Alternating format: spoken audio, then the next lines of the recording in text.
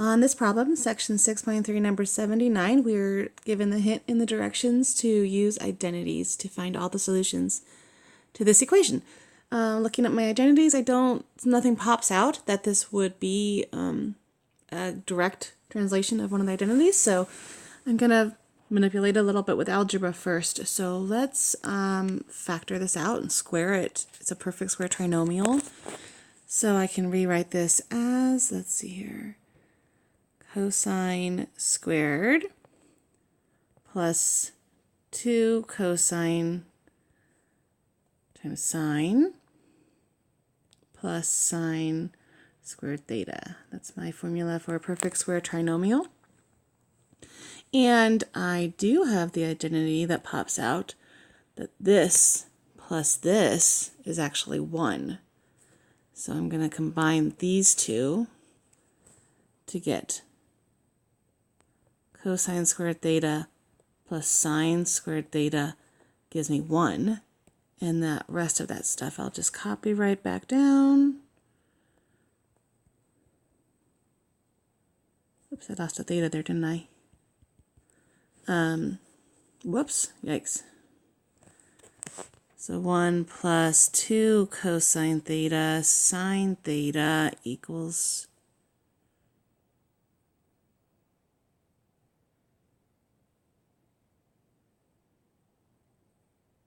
1. And then when I subtract 1 from each side to get this guy by itself, that guy is starting to look like an identity, I know. So if I subtract 1 from both sides, I'm left with 2 cosine theta times sine theta equals 0. And now I have something familiar. Now looking at my identities, I have this thing is the double angle identity for sine. And setting that equal to 0, then I can solve for 2 theta. So I take the sine inverse of both sides.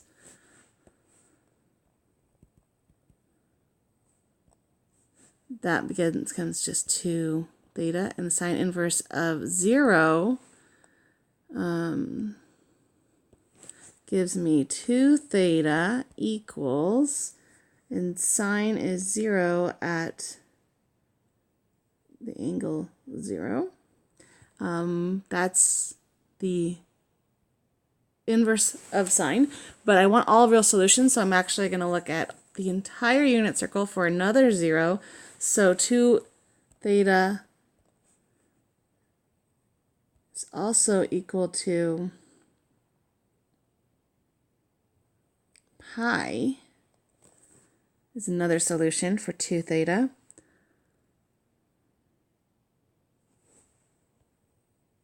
Okay, and I'm going to move this over actually because I have 2 solutions that I want to work with, so I'm just going to separate them to give myself a little more workspace.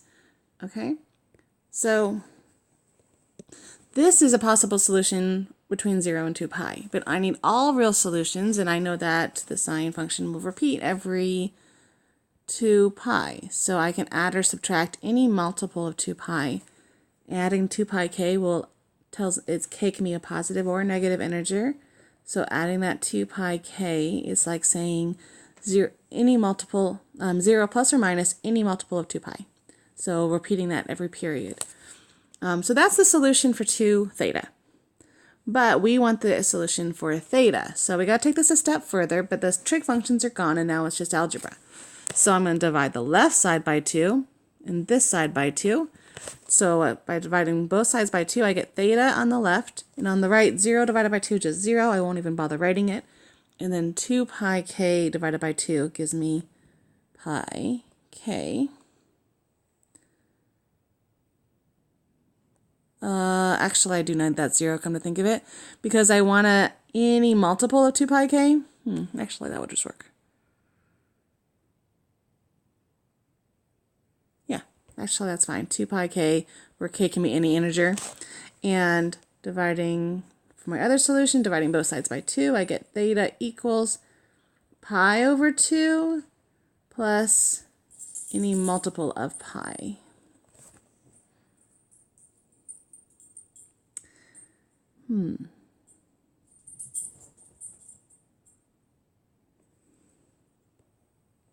Actually, I have a mistake here. I forgot to divide by 2. So on the left, it's actually just pi k.